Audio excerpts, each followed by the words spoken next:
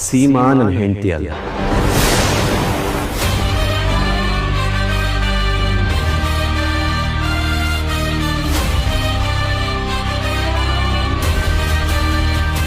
ಸಾರಿ ದತ್ತ ಅವರೇ, ಶರಾವತಿ ಅವರು ಎಲ್ಲರೆದುರು ಪರಿಚಯ ಮಾಡಿಕೊಡ್ತಿದ್ರಲ್ಲ, ಅದಕ್ಕೆ ಇವರೇ ನಿಮ್ಮ ಹೆಂಡತಿ ಅಂದ್ಕೊಂಡೆ.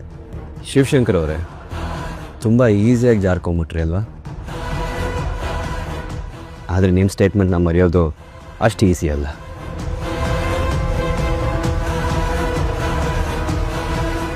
ಅಕ್ಕ, ನೀನದು ಕರೆಕ್ಟಾಗಿ ಪರಿಚಯ ಮಾಡಿಸ್ಕೊಡೋದಲ್ವಾ? ನನ್ನ ಹೆಂಡತಿ ಇಲ್ಲೇ ಇದ್ದಾಳೆ, ದೃಷ್ಟಿ. ದೃಷ್ಟಿ ಬೊಟ್ಟು,